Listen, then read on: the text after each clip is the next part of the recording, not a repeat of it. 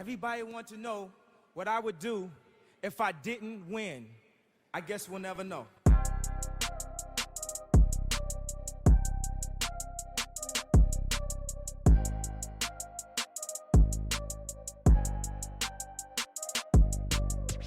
Imagine making a difference.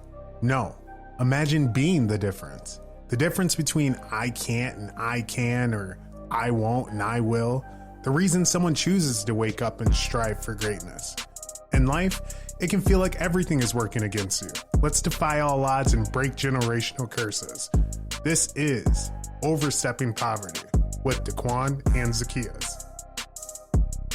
Welcome back to Overstepping Poverty, the podcast that provides you with tips, tricks, and hacks in overstepping poverty. My name is Daquan Brooks. I'm here with my co-host Zacchaeus Shaw. How you doing, Zacchaeus? I'm doing good, brother. Oh, yes. Always good to get back in the studio, get another awesome guest in here on the podcast, and just get into what we want to talk about today. Yes, sir. How have you been? I've been great, man. The energy's been flowing. The days have been starting to get nicer and nicer. It's been messing with my allergies, though, that cold, hot weather and whatnot, but I'm ready to go. I'm ready to go, man. I'm ready to enjoy summer. I'm ready to enjoy hot weather in South Dakota and keep doing what we're doing, so this is great. We only get about 2 months of it. So I know. Here we go. So let's jump into who we have on our podcast, our special guest. Yes, let's do that. So today we have a special guest who comes on as a man that does many different things. I recently met him within the last year, I would say, and he has a ton of energy that I've been attracted to as a business partner, and I'm super excited to have him on. We have Albert Huizing the Fifth joining us today. Yes. What's going on, Albert? How's it going? It's going good, man. It's going well. It's going well. It's definitely delightful to have you on the podcast. I've heard many things about you. We have a few acquaintances, as far as our friends and whatnot. Obviously, Jordan, Zacchaeus here, and I've heard nothing but good things about you, and I feel like they've been hiding you from me. So it's nice to finally have you on here, even though this is the first time we're meeting. It's great that you're on our podcast, sure. And I get to learn more about you, and our listeners and viewers get to learn more about you as well. So, and speaking of that, I want to hear more about you. Why don't we get into that? Like, tell me about yourself. Oh, that's like the stupid interview question that you get from like all the jobs that you try to go get. Let's go. I thought I was done with that, You're I'm being an entrepreneur. So. You're introducing yourself to the world again. Yes, sir. Yeah. Long story or short story? What do you think? Where do you come from? Yep. Yeah, so I come from Hamburg, New Jersey, a little Okay. town in Sussex County, a lot of dairy farmers. Yeah, that's kind of the thing. Then my parents were from like Patterson, New Jersey, which is like right by New York City. Okay. So they're kind of in the thick of it with the, culturally, spiritually, they're just being molded like for every which way of people in the universe. How long did you stay on the East Coast? Okay, so the East Coast, stayed there till college basically, but there were some moves up north through the East Coast. Sure. Tell me about that. So that was from New Jersey to Vermont. I was in New Jersey for 13 years till 8th grade. Okay. And then 2008 was when that happened. What's that? That's the crash. Okay. The housing crash that everyone talks about. It's sure. a terrible thing. My parents were like, we're going to strike it big. And they were going to go and buy this general store, which they did. Their house didn't sell for as much as they wanted in New Jersey. And they didn't get clients and people to come into the general store to buy stuff because no one was buying during recession. Yeah. Unless you were becoming a millionaire. Where was houses. that at when they bought the general store? So that was on Westmore, which is like a tiny town of 60. And then our family of 6, raised the percentages up. Right. So that's very north Vermont. If you go 20 minutes north, you're in Canada in Quebec. Okay. So yeah, they're all about maple syrup, and the rivalry between Quebec and Vermont is we make more maple syrup, and you're like, yeah, really? no, that's a lie. So you know a lot about the good maple syrup. I'm a good taste tester. So okay. So I want to know more about the foundation that makes you who you are today. Obviously, you told us exactly where you grew up.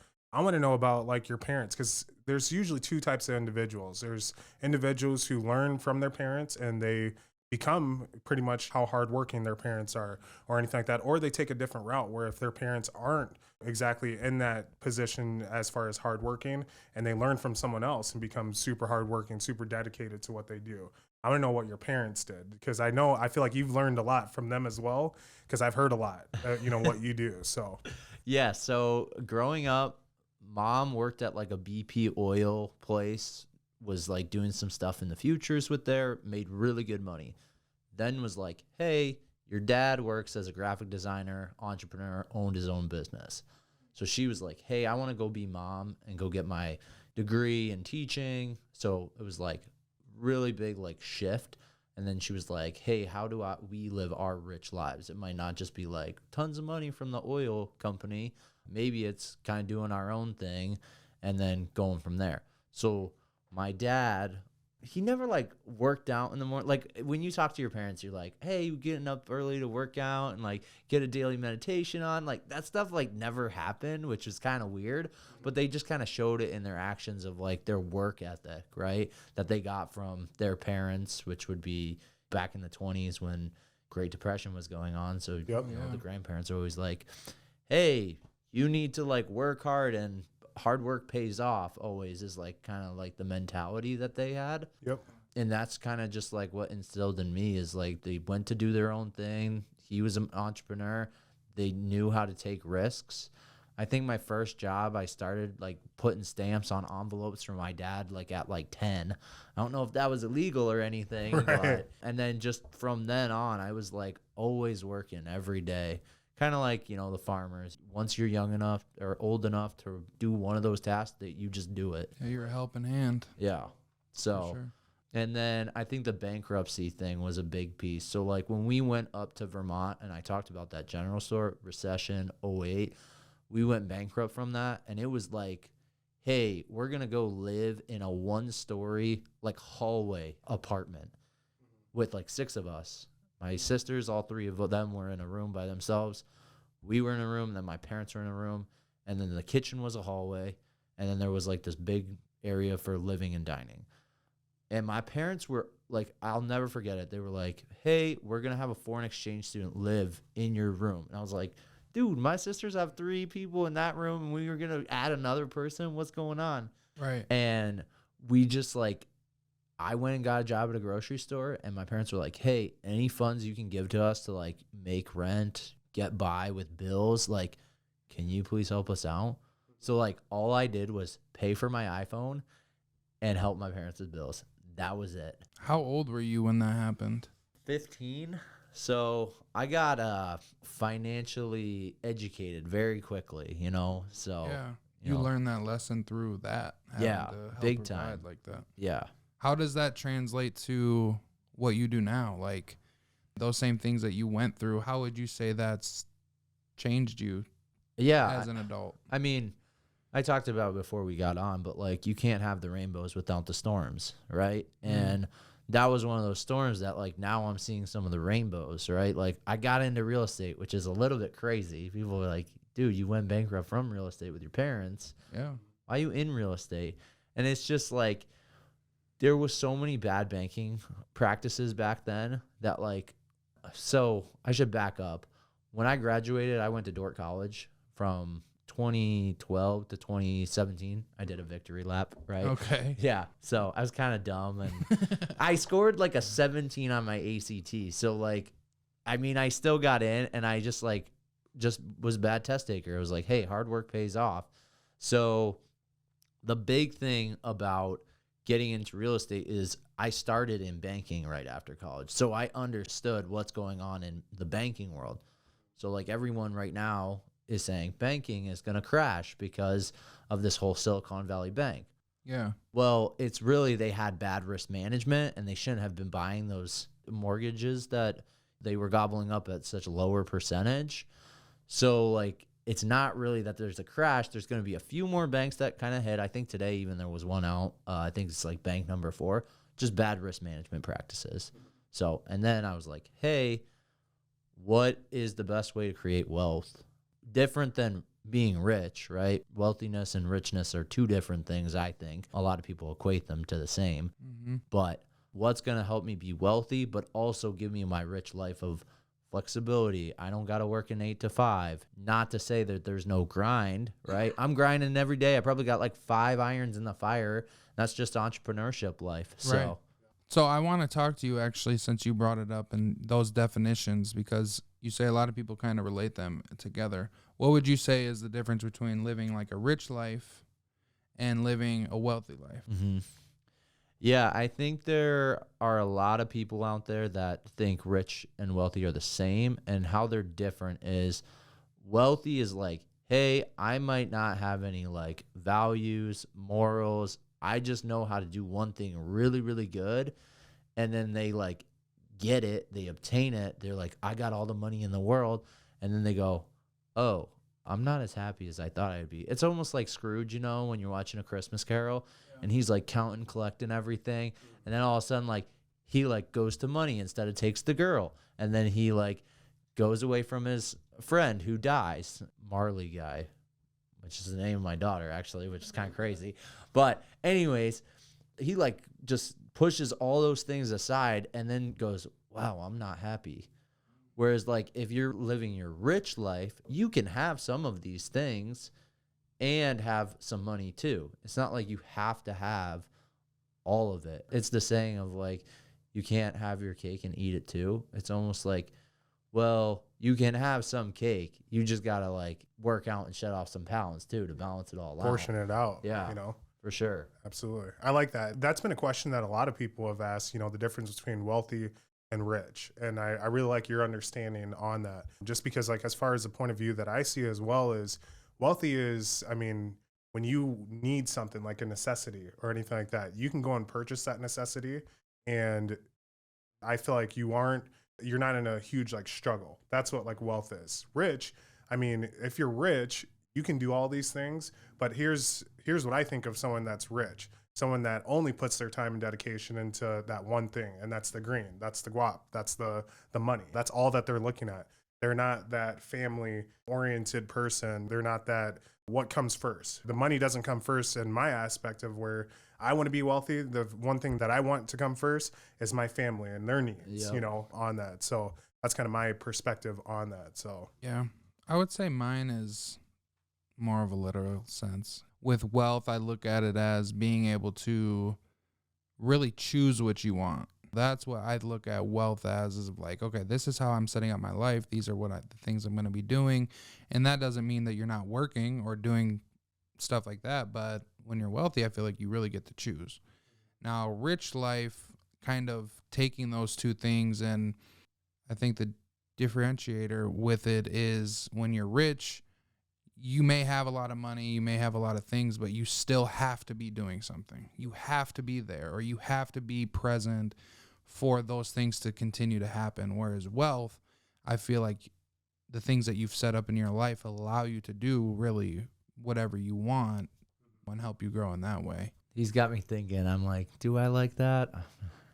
No, yeah. Right. I mean, it's yes and no, right? Because like you can have financial freedom with your rich life and also with your wealthy life. Okay. If you're rich enough, like let's just say, hey, I make $300,000. That's a pretty rich life. And you're like, hey, I get to go to church. I get to do my spiritual stuff. I get to hang out with my family all the time. I have flexibility to pay like an intern or someone to work for me. And then I can also like go invest in businesses, you know, and Fortune 500. And then on the flip side, you're saying on the wealth, you don't have to really do any of that stuff. You're just saying, hey, I can just hire like a wealth manager to kind of like fit all the buckets I need to, and I can just go pick whatever I want to go do. No, I just think that there's levels. Like, I Okay. think in order to become wealthy, I feel like at first you need to become rich. Okay. You know, I feel like those are the levels, at least in my own brain. So, like, when you're wealthy, I'm not saying you don't have to do anything, but, like, you have set things up into your life to where you're able to not really have to do anything. You know, like, Okay. I can go spend the summer driving around with my family on a road trip type thing. Okay. Like, I look at that as wealth, like being able to do the things that really matter. Because in your life, what if I asked you what are the most important things to you, what would you say? Yeah. Faith, family, real estate. Right. Yeah. I mean, those three are like the big keys right now. So the way that you've structured your life so far, and we'll get into what you're doing and how you're able to do it, but the way you've been structuring your life is so that you have the ability to be there for your family when they need you there. At the most, right? And then you also structured your life to where you're not necessarily worried about money coming in because you've set processes and businesses up to where those things are moving. You could go away and hire somebody to manage that business, and you might be gone for however long you really want to. And I look at that as like true wealth, because at that point you have the option to either put somebody in your place to fulfill your to the job. next level. Exactly. Okay. Another perspective. I mean, let's talk about NBA players or NFL players. Right. A lot of them had made it and they became rich. Well, guess what? They didn't know exactly how to spend their money, how to invest their money. And so a lot of them lost that money. The wealthy ones, they took that money that they were making and they invested it and whatnot. And they did different things to make sure that they had a source of income, not only just by playing in the NBA, and they set themselves up for their future where they were done and they were still bringing in that same kind of money or more. That's sometimes, sometimes more. I was going to say that. Yeah. So that's just kind of my perspective on it. But I did want to take this into like the next question based around family, really, because I want to go into how you have gotten into the position that you are right now from where you were at with Meta. Right. Okay, yeah. From that point, how has your life changed? Meta as in Meta Bank, not Facebook. Yeah, just Meta so Bank. Sorry everyone about knows, that. I was not on Facebook. They bought the Meta name from our bank for like 60 mil. So would have liked to get some of that, but I need my dividends. Yeah, right. Too bad I left a little bit early before they sold it. So I think you made a good choice. Yep. Yeah. Okay. So you said from Meta, the bank, to how I got here today. Yeah. Okay. And also, like, what was the driving force with that? Because your wife took a step away from her job as well. Yeah. So my wife worked at the Chamber of Commerce here in Sioux Falls. She was the YPN manager. Loved it. We're like 26, 27 at the time when she left. But when I was really thinking about leaving was like, as soon as I started the job, like someone was like, hey, what do you want to do? Are you ready to climb the ladder? And I was like, yeah, I'll be president of the company. Like, that's my thing. And he's like, well, what if that doesn't happen? Like, what if you don't have the right last name? I was like, I'll just start my own thing, right? Like, I always wanted to be my own boss. And I think that's due to Kayla's parents. Both of them are farmers. They run their own business. My parents ran their own business, ran another business. And just like, I just had that example right away, right? So then fast forward a couple years, COVID happens, right? Best thing that ever happened to me, actually. Most people don't say that. They're like, oh, dude, this vaccine sucks, or man, I'm inside and I'm not learning, I'm not growing. And well, Kayla came to me. It was Kayla's idea. And we during our honeymoon, we'd always be like, what business were we going to start? And we came up with the stupidest ideas. But she was like, hey, we should rent out our lower part of our house to random strangers. I was like, oh, stranger danger. No way. I'm not doing that. Like, but we did have like a safe environment. Our house is a multi-level where it's like a living room, and then you go up a half flight of stairs, and then there's our room and the kids' room, and then there's downstairs with a basement, which has another living room and bathroom and 2 bedrooms. So I was like, all right, let's just try it one time. This was like February 2020, and we get a guy right away, booked. We're like, okay, cool. This is awesome. Super nice guy. I remember he was like, these Airbnbs are awesome. I'm a surveyor over at the Grand Falls Casino. I'm totally booking this place again. I was like, oh, this guy's cool. This is a good experience. And so March 14, I know that date because it's Pi Day and it's also my sister-in-law's wedding day.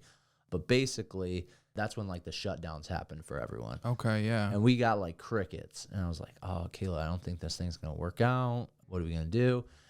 April comes, and all of a sudden, we're like booked solid, like 95% occupancy rate. Like, wow. We're just paying off car loans, student loans, then starts paying off our mortgage every month. And we're like, all right, like this is a pretty good idea. Fast forward like a year later, Kayla's parents buy a bar in Inwood, Iowa, and it had a little apartment above it. And they were like, hey, do you want to manage like an Airbnb for us? And we're like, sure, we'll just do a little like fix and flip, very DIY. Right. I was like, this is really good. Like, we got something. Was it getting booked out even in Inwood? Yeah, it was getting booked out, right? Like, Wow. you'd get people who were like, I'm just traveling, finding a cheap place to live. The bar's right below. This is really fun. And then Kayla, with her YPN connection over at the Chamber, one of her friends was like, hey, I'm buying a house. I'm going to live in the basement. Can I rent out the other? We had, like, someone from HGTV, a producer, stay there. Like, this thing's getting, like, good cash flow. Wow. So we're like, hey, this is cool. And then a couple more of our friends, word of mouth, just was like, hey, would you mind managing? And we go, we might maybe want to start a short-term rental property management business. That's how Sodak Stays was kind of born. Okay. Was just that whole like COVID crazy. That's the name of your company, correct? Sodak Stays? Yep, that's the name of the property management company we Okay, own. very Yep. nice. So I didn't quit, though, MetaBank into Central Payments. So in all that time, I'm working still. An 8 to 5, Kayla's still working an 8 to 5. That's kind of like the hustle grind still going on, right, for like 2 years. We decide during COVID, like everyone, let's have a kid. You know, there's nothing else to do. So, you know, be fruitful and multiply, like Jesus says. Yep. You know, we have Henry, who's Albert Henry Huizing the sixth, and we are just like, I don't know if we can like run this stuff and like throw our kid in daycare and do both of our jobs, because we were very like family oriented, wanted to have our kids like learn from us, kind of like I talked about learning from our parents. And so Kayla made the decision first, like, hey, I'm gonna quit my job. I was like, okay, cool. I'll work my 8 to 5. I hate it still. Did you feel comfortable with that at that time? Yeah. At that time, when I quit MetaBank and got a new job at Central, it was just enough to kind of like get us to like, hey, I can cover all of our monthly expenses if we don't make any money on this rental stuff. Right. Okay. So, and that, I think we had like 5 properties at the time when she quit. And then we kind of just like started slowly accruing. Right now, I think we'll be at 25. Wow. In the next couple months, right? We were onboarding these 2 more, and then that's it. So Kayla quit, goes full-time mom, full-time business owner. We decided in that same time we're going to buy our own investment property, and I'm going to study for a real estate school, because I was like, hey, we're just on a walk one day, and I'm like, hey, hon, I got a crazy idea. And she shoots down every single idea. You know how your wife goes like, hey, you mind if I do this? And there's like, no, that's stupid. Like, why would you do that? Yeah. And she's just like, so I tell her the idea of like, how about I be a real estate agent and I like help investors who own properties with us, like buy more if they ever want to. And she's like, you know, I think that's a good idea. Yeah.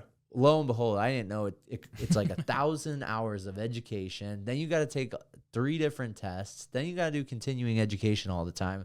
I was like, man, I didn't know what I was getting myself into before, but now I do. But it was a great decision. And then she said I could quit when I got my license and I sold my first home. So, yeah, I literally, one of our friends from college was like, hey, we just got married. We want to buy a home. Got him a home like that. Like, it was like, I got my license June 1. And like, usually it's a 30-day closing if you do conventional loan. They closed July 1. So I was like, hey, I'm putting my 2 weeks in right away. Yeah. And she was like, okay. So that's kind of like how I got from being in the banking world and then getting to like entrepreneurial and being like, hey, we're going to put like family first. We still don't do daycare. It's still crazy. Like, my mom just moved here and we were like, hey, we got a scheduling conflict. I got this podcast to shoot. Kayla's got church to go to. Can you like watch the kids? And thankfully, she said yes. That's a blessing. So, yeah, super big blessing. Seriously. That actually kind of brings me into my next question, and that's going to be as far as businesses, when you start out and you do obtain a business or you make a business, typically the people that are usually investing into your business are people that you aren't even related to or you don't know anything about. Is that true, like with your family, or are they pretty supportive, or you know, is it more people that you just don't know that usually invest in what you've made? Yeah, that's a good question. I actually hadn't thought about it, but family has always supported us. I wouldn't say like from a financial standpoint. From an emotional standpoint, yes, 100%. From financial standpoint, it's definitely been people from Sioux Falls that we've been closer with the, Young Professionals Network, people like Zacchaeus. Yep. He's basically family now. Yep. So I like it.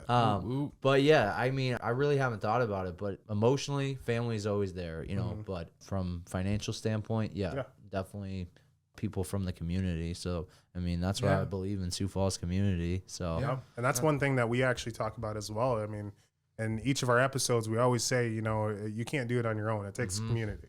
And that's how you become successful in anything that you do.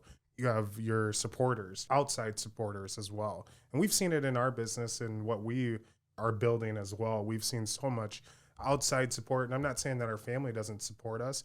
It's just, it's nice to know that we have another level of support for people who don't even know us on a personal level. That's really nice, that they believe in what we're doing just as much as we believe in what we're doing, so. Question I wanted to ask you, because I get the question all the time, is like, hey, I want to buy a house and I want to do an Airbnb. And I know it's a short-term rental, but that's what they say, right? Am I wrong? Yeah. But it's like Kleenex is to tissue. You say, hey, can you give me a Kleenex? And you're like, really mean, can you give me a tissue? Because you might not have a Kleenex. Yeah. It's a brand, right? So like, bring a toilet for somebody that wants to start getting into the short-term rental game, how can they start? Like, what would you say from start to finish? Like, what do they need to do? That's a loaded question, man, because I mean, it could be like, hey, I got a lot of money. I want to go into like getting a fourplex and doing 4 different units. I think the easiest way to start is actually by doing yourself, right? Self-manage is always easiest. I mean, unless like Zacchaeus is like, yo, you're my homie and I know like you can manage for me, and we just have that type of relationship. But you're always going to want to start self-managed. Kind of like my story about like, hey, we owned our house, then we rented the bottom of our basement out, right? Then it was like, hey, I got eyes and ears on the property always. I'm making sure it's not getting messed up at all. From a, how do I go obtain this? I would say best practice. It just actually happened with our friend Cody. And he bought a duplex, already has a renter in, and then he's going to live on the other unit. He is thinking he'll fix it up, and if the rental rates that he raises on the renter, if she doesn't want to pay that, like he'll probably say, hey, well, we're going to live in that space and then Airbnb out the 1 unit apart, like place on the other duplex. You would go with FHA. I mean, you're the lender, and South Dakota has such great programs that you probably get closing costs back. Then you're like, hey, do I got what I saved for down payment to just kind of make the Airbnb really cool? Like, should I theme it? I always say theme the Airbnb, the short-term rental. It just attracts, like, people want experiences with their short-term rentals. They don't want, oh, hey, I'm sitting in a hotel room again, right? What's an example of a theme that you guys have for something that you're managing? Yeah, so we just had Sioux Falls community member Nate Kenyon. He just opened the Riff up, and it's basically a rock and roll theme. So, like, you walk in, and it's got, like, all these vinyls, all these, like, sweet, cool, like, it's got this really cool table with, like, all this, like, vinyl stuff with, like, a nice glass coating on. Each room is different. So, like, one has CD room, like the 2000s. One's got the iPod room. One's got, like, the record player room. Right. So it's just, like, an experience. And then we made this really cool thing where it's, like, when guests check in, they can take, like, a dollar bill and write on it, and then they, like, stick it up, like, and say, like, hey, I was here. I had the experience. Like, they can... It's Instagrammable, too. They can put it on social media. So those are kind of some of the things. And then, like, you really want to look out for, like, being up with the community, right? Like, Sioux Falls, like, the city and the county are kind of cracking down on how these things are managed. So I would say, hey, keep your community in mind and make sure that you have a lock that you control remotely. You have a backup key that the guest can get to. And then you have, like, if you're not around, like, let's say you're managing out of state, or you're, a guy living in Texas and you own this thing and you're self-managing, like, you have a person on site that can go help right away. Okay. So that's how I would, like, first get started with self-management, obtaining the house. Getting into a house, what should they expect for, like, a startup cost? Is there any, like, criteria that you're allowed to share? I know you running your own business, there might be a competitive edge that you don't want to share, but is there a startup cost that you would recommend for people? Yeah, I mean, I'm okay. Like,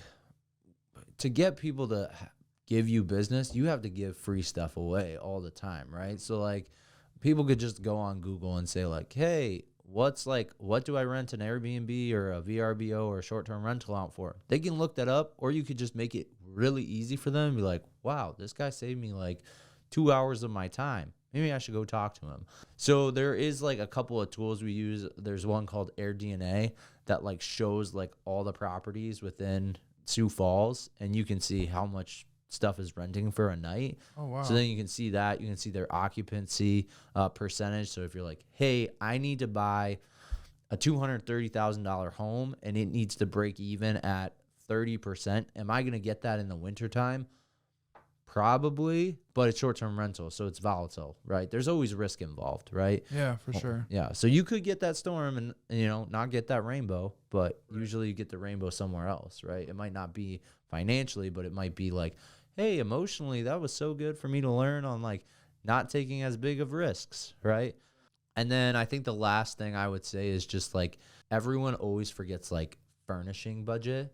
So like it's easy for me to go like, oh, I can get it done in 18K if I like get everything scheduled out, if I go on Facebook Marketplace, if I go like a couple of things on Amazon, and then like no nice like furniture. But I'd say like a good rule of thumb is probably like 25K if you're gonna do like a 3 to 4 bedroom house. And just to furnish it all. Just to furnish it all and get it like really nice looking. So How about location? Is that relevant in something like this, or does it really matter? Do I need to be closer to downtown? Do I need to be closer to where events are going on? yeah, me and Zacchaeus were kind of talking about this the other day, and we haven't seen really like a big dip. Like if you got an amenity of like a hot tub and it's in like a little bit of a sketchier part of town, I would say like people love the hot tub, and there's only like 30 to 50 of them on listings here. Yep. But, you know, there are those people who are like, hey, this place like across the river where Sharapa Place is being built over by like the Hispanic Bakery right there.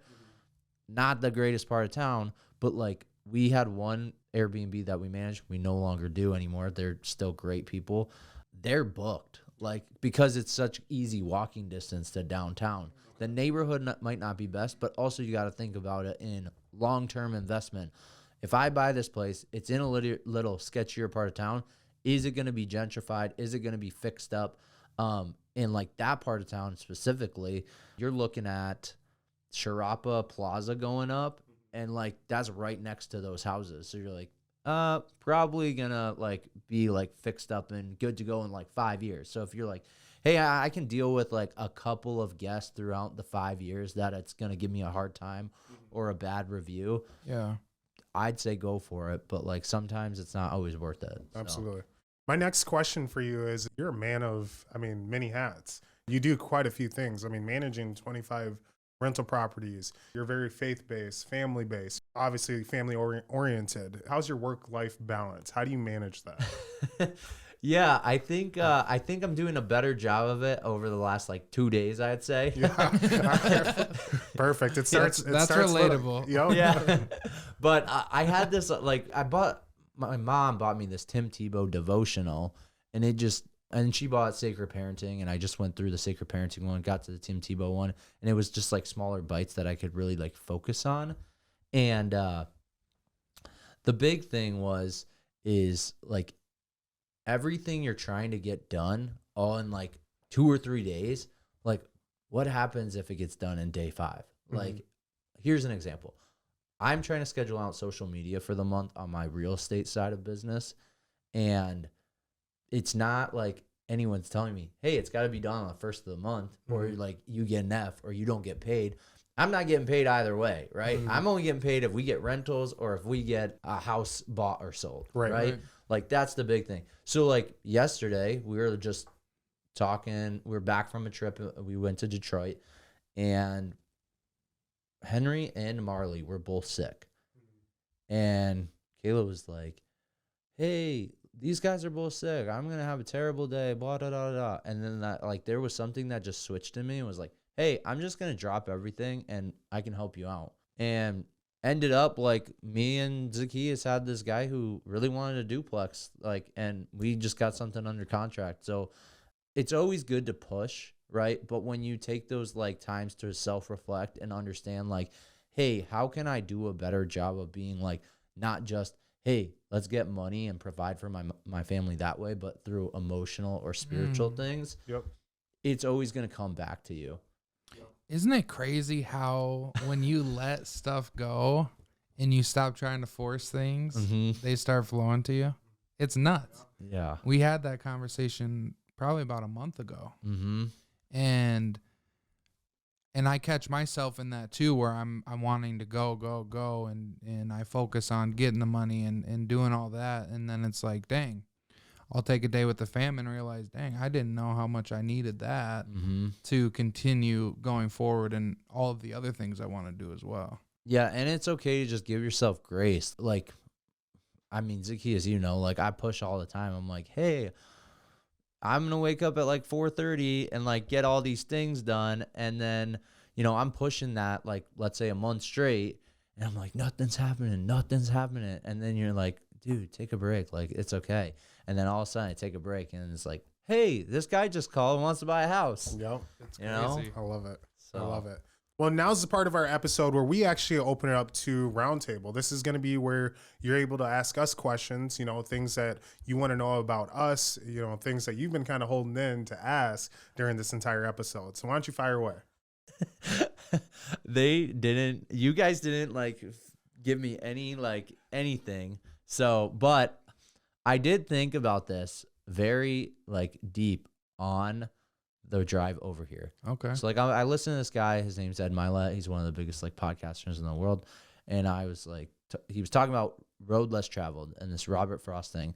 And so maybe my question to both of you is like, how do you see this as your road less traveled, right? Overstepping poverty. I know, Zacchaeus, you do lending, and that's less of a 9 to 5, really. It's more like whenever I'm you feel called like. on.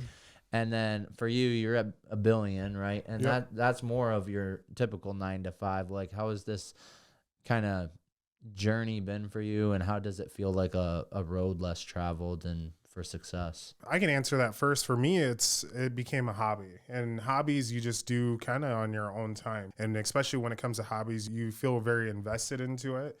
And it's kind of like what they say for work. If you love what you're doing, it doesn't feel like work. So whether it's like late nights trying to figure out exactly how to get things completed, you know, on the electronic side of things. I'm not a very technical type guy. That's Zacchaeus. We talked you know, about that, yeah. exactly. Yep. So it's things that I'm just learning. But as I'm learning those, it becomes something that I enjoy. When you enjoy something, it's so easy to do. You know, so that road less traveled, even though I'll work 80, 90 hours a week, when I come back to do this is fun for me. This is not only am I able to better myself, I'm also able to help better other individuals. And now we're into the part of our podcast where we have other individuals that have the exact same mindset as we do, like you do. And they want to, you know, of course, better individuals as well. So it just makes it easier. I mean, that's Dude, I our love road that. less traveled. That's awesome. For me, I think back to when I was with New York Life, because that was really a big turn for me in life. And I remember vividly sitting in one of the conference rooms, and they have $1 million table, wall of fame, essentially. Okay. And I look up there, and the only people I see up there, they're all white. To be honest, that's what I see. Everywhere, everybody I work with, they're all white. I'm the only person that's not all white. And for me, that was kind of the moment where I'm like, dang, you know, that is the road less traveled for people that have looked like me. And from that point, it was like, I have a mission still to this day. Like, I need to get people that are able to represent everybody. You know, diversity in the workplace is so important. Any place is so important because you have so many different perspectives. So even where I'm at now, getting my guy Omar with the marketing job with us, like that, I look at that as like reaching down and pulling somebody up as I climb, getting people into a position where you don't see a lot of people like that in those positions. So for me, even with this podcast, it's able to shine light on everybody, right? And somebody like you with the perspective that you have and the background that you have, people wouldn't know that. You know, people don't know your story unless you share it with them. Yeah. Right. I mean, unless they looked at my '03 Camry or '05 Camry, they'd be like, dude, that guy's poor as, all get up. But that's not really true, right? Yeah. Right. Like when you say that, it's like you could look at that and your mind creates its own perception on what this person is. But you being able to open up and share who you are, I think it connects people. It connects people like, oh, I actually relate to that guy. Like, dang, I didn't know I would. And yeah, it's just a mission of pulling people up, getting people up. And I always felt like when I look at the government or I look at management or leadership, they have to have people that look like the community, because that's how, a little kid could look at us and be like, dang, like I could be on a podcast, or I could be a mortgage lender, or I could be a realtor, whatever. Because, I mean, you can think about in real estate right now, how many black realtors do you know in Sioux Falls? 2. How many realtors are there in Sioux Falls? 1,000. Okay. Yeah. So, like, that's exactly what I'm saying. In a profession where you could become a millionaire, there's a small number of minorities in it. And it's something that you can get into out of high school. Yeah. And you don't have to go to college. And it is a sacrifice to, study those hours and do all that. But, like, on the other side, right, you go through the storm to see the rainbow. Like, what can be on the other side? And if they don't see anybody that looks like them, they might not know it's possible. Yeah. So that's really like the road less traveled, is shining a light for people to see, like, oh, I can do that. You know what I mean? That's awesome. I love that, dude. Yeah. I feel like I love the connection piece too. Like me and Daquan were just talking like, oh, you Giants fan? And I was like, yeah, I'm a Giants fan. And we're just like connected that way. But we would never know that if we were like, oh, I'm white, I'm not going to talk to that guy, Right. And it's just like, it's really cool. And I think that your stuff about the, like high school and college people who want to become a realtor, like they don't know like that they can make it rich off that. They don't even teach that stuff in high school and college. That's why I like go and talk there. Right. So, and it's important stuff. Cause like even when I was doing life insurance stuff, if you look up what insurance agent can make the most money, it's a life insurance agent, as a whole on an average. So it's like, if that's something I could do also without going to college, people need to know about these things, especially in a place like this that's growing so much with diversity and immigrants coming here. I think it's growing, it's changing, and I think it's super important to be that hand and pull somebody up. So I think just talking about important stuff, I think my only other 2 questions for the roundtable would be family and, faith. How do you guys like fit those in to your everyday lives, right? Because we're talking about our rich lives, wealthy lives, we know the difference between those, but like how do we fit in, the financial provisions, but also now the family and faith, so the emotional and the spiritual into your everyday lives? Absolutely. So, I mean, for family, for me, I mean, everything that I do, I don't feel like I'm doing it just for myself. I've got a wonderful wife behind me. Eventually we will have kids and whatnot. And I know that I'm trying to set up myself and my family, my wife and our future kids for a better future, an easier life, ahead of us. And then of course, my biggest thing is generational wealth. And everyone says that money doesn't buy happiness. Okay. But it does buy free time. Makes it easier. It makes it easier. Exactly. So whenever it comes to like, if I want to go on a trip and I want to make memories, well, if I don't have money, unfortunately, I can't do that when it comes to that. So that's one thing that I'm big on and I'm big about. Now, as far as faith, on that, there's one thing that I believe, my opinion is you don't have to be in a church to believe in God or anything like that. You don't have to be there every Sunday. You don't have to, of course, read the Bible every single day or anything like that. I know that I believe in God because there's a lot of things in my life that I feel like I've gone through that I wouldn't have gotten through by myself. So that's my faith aspect of it, of course there. And it's give and get when it comes to that. So whether you believe or not or anything like that, if you do believe, then go all about it, and you don't have to be like the typical person or anything like that needs to, be like, hey, I believe in God every day. I'm not that person, when it comes to that, but I definitely have faith behind me. And I know that it's kept my relationships strong. It's kept my goals strong and whatnot. And it's kept me, me, who I am today, as far as a humble person, a person that wants to give back to people, because there's always been someone that's had my back and given me, the opportunity and the road that I've been on. So that's awesome. Yeah. We should shout out to the Chosen Yep. That's so good. I mean, the disciples, I mean, they didn't go to church. They just followed Jesus. Yep. You know, you don't have to go to church. And I'm not saying me and you have the same faith, but like in the spiritual sense, or Zacchaeus for this question, it doesn't have to be, hey, you believe in God, we think he's the only one, right? It can be like, hey, I believe there's spiritual energy, or I believe in a couple of things. It's not me to judge you to be like, hey, you have to believe in this. I can like plant the seed and tell you like, hey, I got your back because there's someone who's always got my back. But if you're like, hey, this is what I believe, I can't be mad at you for that. Exactly. For sure. Well, and it's so personal, you know, because everybody has their own relationship when it comes to religion or the spiritual side. But I'll start with the family. For me, it can be a struggle balancing that, like we've talked about. And there are days where I do take a step back and kind of just spend time with the fam, put my phone away, put everything away, and won't respond at all. And those are where I'm like recharging. I'm really being intentional about the time I'm spending. And it's just really the little things. I think a lot of times, as we are so busy and all the things that we do, it's the little things that make the biggest difference, right? Like, I don't need to be there 24 hours a day to be present and be a good father. But I can be there when he's waking up or when he's going to sleep or helping with bedtime or whatever. Because my son is in daycare. So it's like, and that's a whole nother topic that we can get into another time. But as far as the times that I do get to spend with him, I like to make sure that I'm there, just be there, play, have fun, make him laugh, you know, stuff like that. So I think that's really how I stay connected. And then with my wife, it's a lot of the same stuff. You know, I know that she has a lot on her plate when it comes to working, taking care of our son, stuff around the house and stuff like that. So just being present, you know, being helpful when I'm seeing something that I can help with, just doing it and really holding up my end of the bargain. Dude, basically. I love that. Yeah. But spiritually, I didn't always believe in God.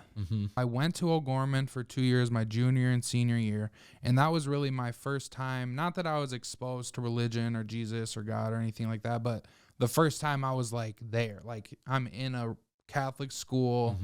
I don't really believe in God, but I'm here, and my mindset on it was like, well, I'll just learn it since I'm already here. You know, I have to take a religion class. So a lot of that was me questioning, like, I'm in these religion classes and they're telling me things and I don't really understand or I don't agree.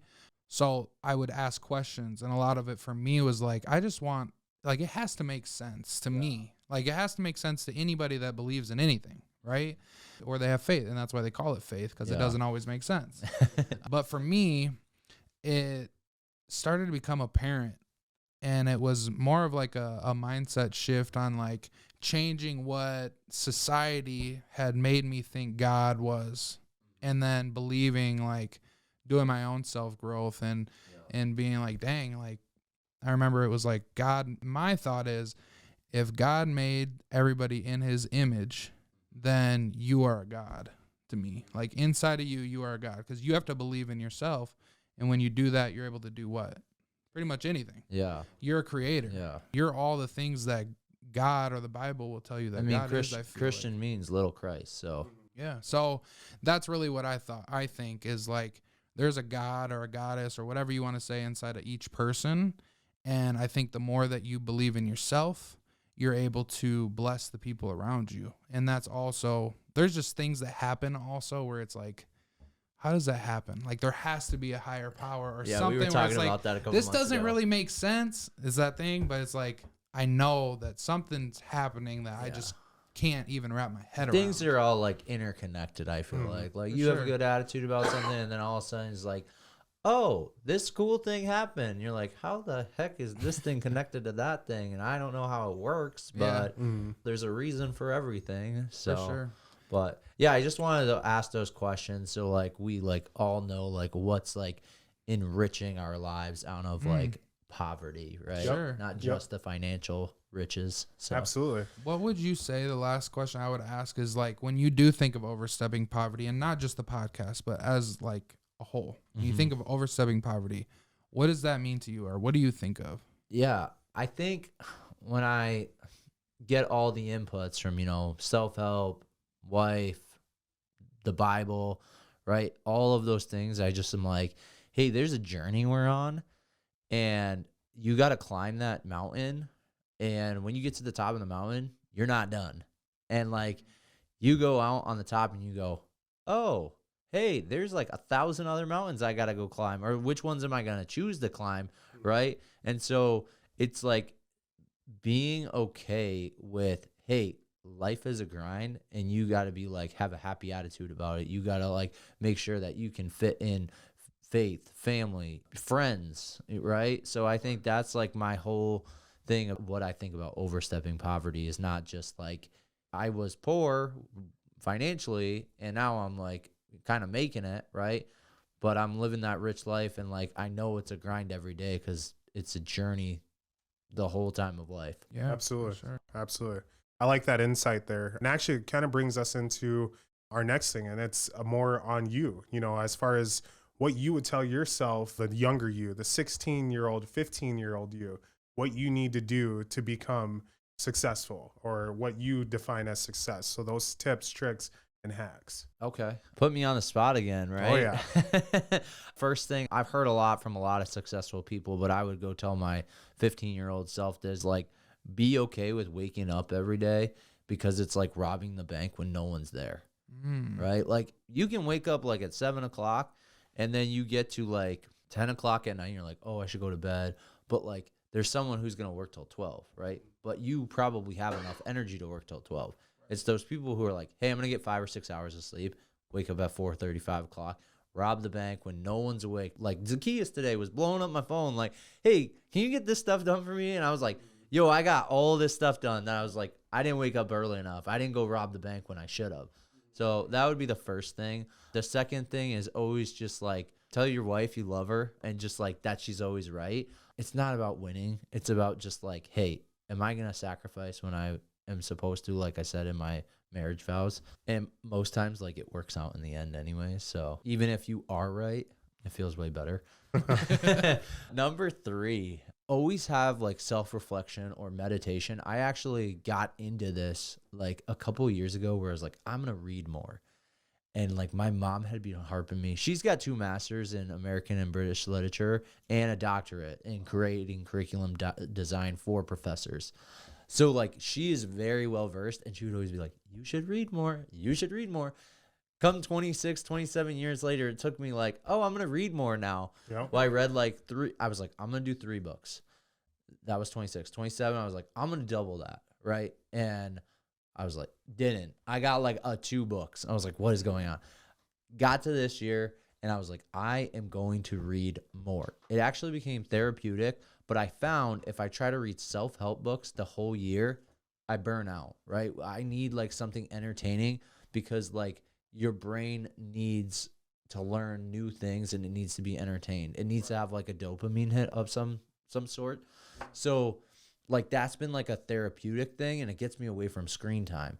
4, easy, less screen time, way better, right, for you. Yep. And then 5 would be, and it kind of goes off of this like social media addiction and like book addiction that I now have, is always be like learning more. And the way to do that is by like being on these podcasts or reading books or scrolling Instagram, Facebook. Not always the best thing to do, but I always limit myself. Like people are like, hey, I saw you were on Instagram. Yeah, I was on for like 5 minutes to put my stuff on there, and I maybe scroll over a couple of things that I learned. I'm off. And then I'm like learning all these ideas on books and people, which is just like what I would tell my younger self, you know, like always be learning, because then you're always going to be able to have some fresh new perspective for other people. Facts, man. Never stop learning. I love that. Yes, sir. Well, we want to thank you guys so much for tuning into another episode of Overstepping Poverty. It was a blessing to have you here on the episode with us today, Albert. I really appreciate that. And for our viewers, I appreciate you guys as well for always staying in and listening to the end. If you have anything you would like to say down low, please leave a comment. And don't forget to hit that subscribe button. Thanks for tuning in to another episode of Overstepping Poverty. We hope you found this week's discussion informative and thought-provoking. We know that tackling poverty is a complex issue, but by working together and understanding the root causes, we can make progress towards creating a more equitable society. If you enjoyed this episode, please share it with your friends and family, and don't forget to subscribe to our show. Until next time, let's take the next steps in Overstepping Poverty.